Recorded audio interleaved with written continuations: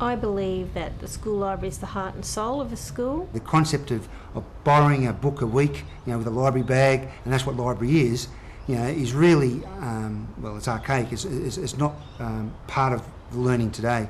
It's much more multifaceted and a much more complex support structure that enables learning to take place not just inside a classroom but across the whole school.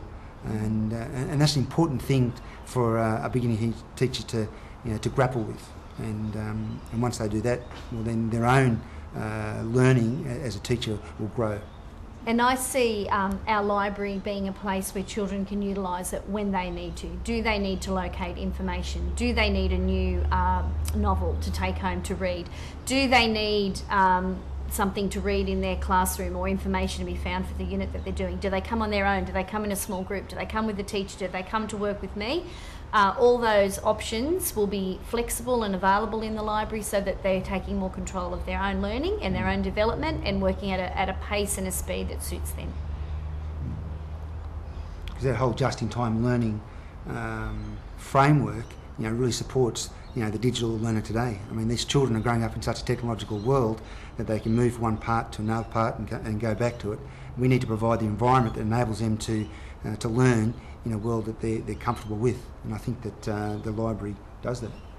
Well, I think school libraries have always been important in the past as places where students and teachers can go to source information and get resources for their classwork, but even more so particularly now with changes in the way students learn and teachers teach. I think it's the one common place in the whole school environment where everybody comes together, both students, teachers, and so it becomes a common learning space, an environment that provides students and staff to develop really sound processes and strategies for deeper knowledge, deeper understanding, and therefore deeper learning.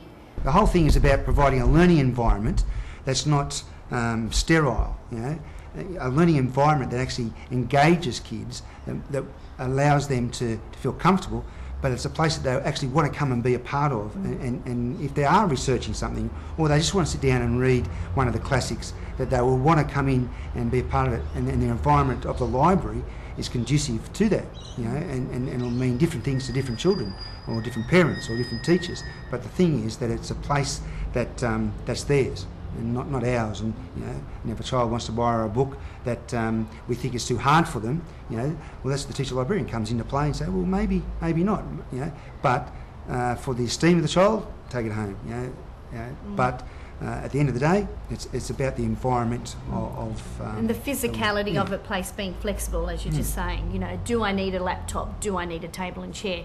Do I want to be comfortable and read my book I just can't put down?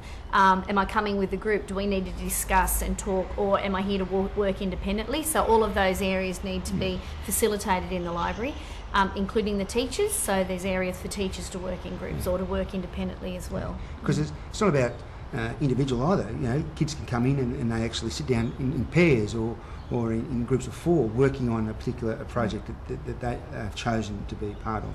So it's, the notion, as I said earlier, of the library being the sterile, quiet type thing is really not the case. It's a very vibrant and dynamic place to be.